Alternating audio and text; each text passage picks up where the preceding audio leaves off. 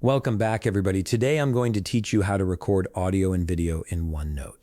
This is an incredibly useful feature if you're taking notes during meetings, lectures, or brainstorming sessions and want to capture everything being said without frantically typing. Let's walk through this step by step. First, you'll need to start by opening your Microsoft OneNote app and loading into your notebook. Make sure you're in the specific notebook where you want to add these recordings, as they'll be saved directly to the page you're working on.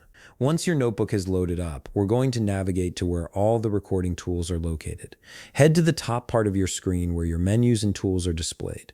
From the list of menu options available, click on Insert. This is where OneNote houses all the different types of content you can add to your pages, including files, tables, and of course, audio and video recordings.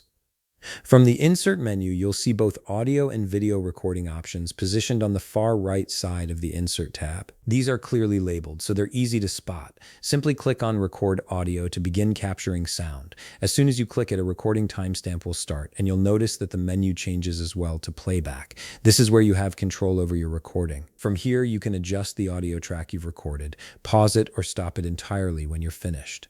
You'll also notice that a WMA file icon has been added to your notebook page. This is your playable voice recording, now permanently attached to that specific page. You can click on it anytime to listen back to what was captured, which makes reviewing notes later on much more efficient. Now, the process for recording a video is almost identical. From the playback menu, simply click on Record Video. OneNote will immediately start capturing video.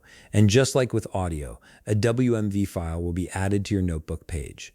This file represents your video recording and can be played back directly from the page whenever you need it. It's perfect for capturing visual demonstrations or recording yourself explaining a concept. And that's it. You've now added both audio and video recordings to your OneNote notebook, giving you a much richer and more comprehensive way to document your thoughts and activities. If you found this video helpful, please leave a like, subscribe, and see you in the next video.